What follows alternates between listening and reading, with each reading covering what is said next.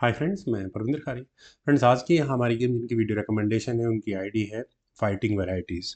और जिस गेम के ऊपर उन्होंने मुझसे वीडियो बनाने के बोला है वो लेटेस्ट गेम है जो खेली गई थी सलेम साले versus Ayush Sharma. Friends, Qatar masters open के थर्ड राउंड की ये गेम है। चलिए मैं शुरू करता हूँ। गेम बहुत अच्छी खेली गई थी। यहाँ सलीम साले ने D4 के साथ शुरू किया। नाइट F6 का रिप्लाई यहाँ आयुष शर्मा का आया। C4 हुआ, E6, night F3, B6, A3 हुआ, देन बिशप आया A6 स्क्वायर पर। फ्रेंड्स, मैं इससे पहले इस गेम में आगे बढ़ूँ पहले तो रेटिंग बता देता हूँ।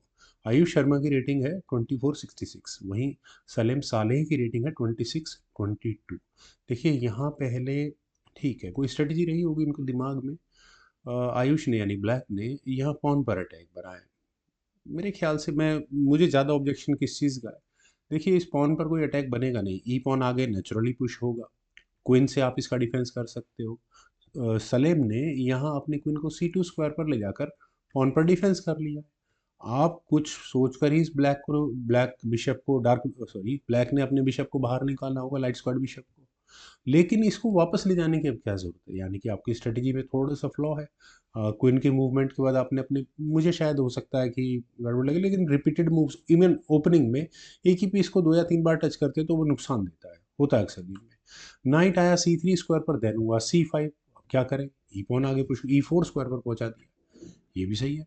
सी takes D4, knight X D4, bishop आया जी C5 स्क्वायर पर। नाइट पर प्रेशर है तो पहले नाइट वापस गया F3 स्क्वायर पर, देन हुआ नाइट C6 B4। बिशप को हटाओ यहाँ से।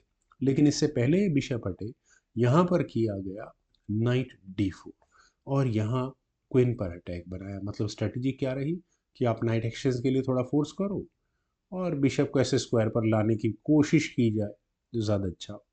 लेकिन यहाँ क्वीन D2 आपको रोज जो करना है। ब्लैक को अपॉर्चुनिटी नजर आई एफ फाइल में पॉन्स को डबल करने की। नाइट टेक्स F3 चेक, जी टेक्स F3 हो गया।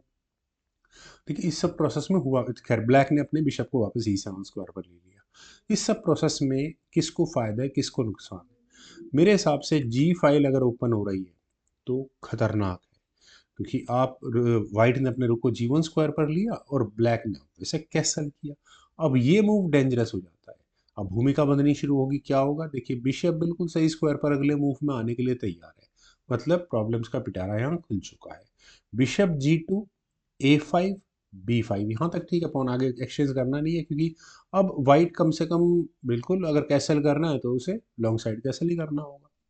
लेकिन इस सब सिचुएशन को देखते हुए मैं यहाँ एक बात पक्के तौर पर कह सकता हूँ कि ये जी पॉन अभी फिलहाल आगे पुश हो जाना चाहिए था। पॉन आगे पुश होगा, कोई इशू नहीं है उसका, कोई दिक्कत नहीं होगी। लेकिन यहाँ खेला गया D5। ये मूव थोड़ा सा क्वेश्चनेबल है। वाइट ने सीधा सीधा कैसल कर लिया।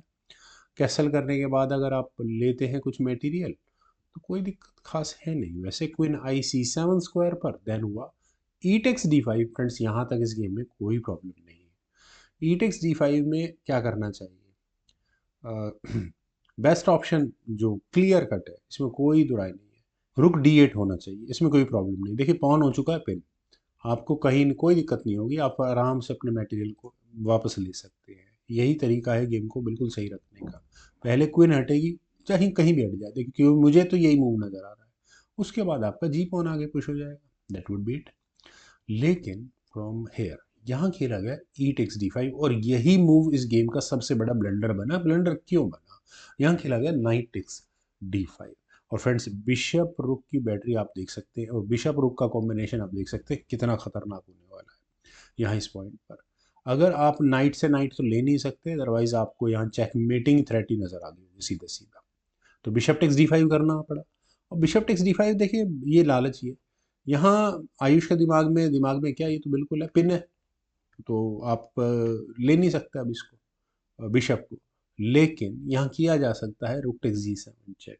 ये मूव यहाँ सालिम ने चला और ये है रुक सेक्रीफाइस है। लेकिन ये रुक सेक्रीफाइस से कहीं ज़्यादा नुकसान किसको होने वाला आप देखिएगा। यहाँ खेला गया किंग टेक्स G7।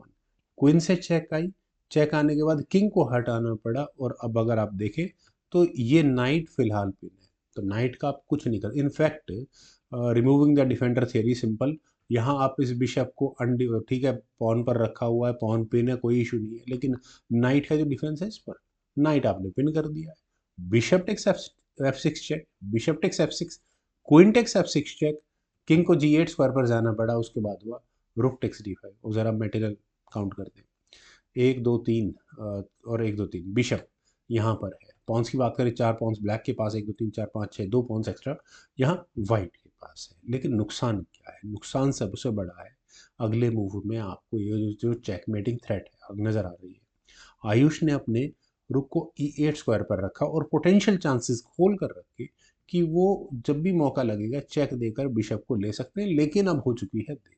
यहाँ फाइनल मूव था सलीम सालेह का, रुक G5 चेक, और इस मूव के बाद फाइनली आयुष शर्मा को रिजाइन करना पड़ेगा। रेजिग्नेशन का रीज़न फ्रेंड्स देखिए, वैसे तो फिलहाल यहाँ ब्लैक की क्वीन के अलावा और कोई पीस अनडिफेंडेड नहीं है, लेकिन कोई ऐसा पीस है जो अनडिफेंडेड करवाया जा सकता है या किसी तरीके से करवाया जा सकता है। देखिए कैसे होगा।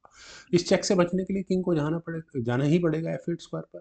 उसके बाद आप कहाँ से चेक दे सकते हैं? क्वीन G7 चेक होगा, किंग को ऊपर जाना पड़ेगा E7 स्क्वायर पर, देन रुक E5 चेक होगा। अब क्या करें? देखिए, किंग के जाने के लिए कौन से स्क्वायर्स अवेलेबल हैं?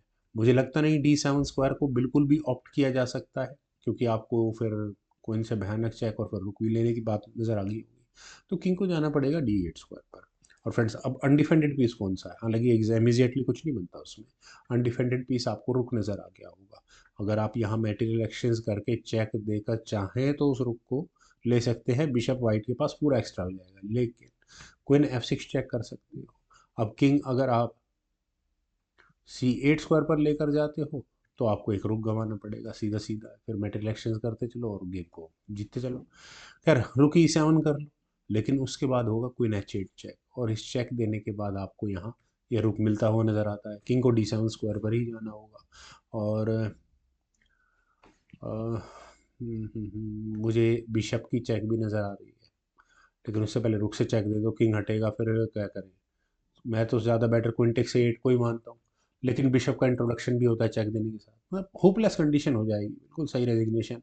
और क्या बढ़िया कॉम्बिनेशन यहाँ सलीम साले ने। फ्रेंड्स, मुझे उम्मीद है आप सभी लोगों को भी गेम जरूर पसंद आई होगी। तो वीडियो को आप लाइक शेयर, यूट्यूब चैनल को सब्सक्राइब प्लीज़ ज़रूर करें। कमेंट सजेशन का मुझे बेहद इंतजार रहेगा। Thank you for watching. Bye for.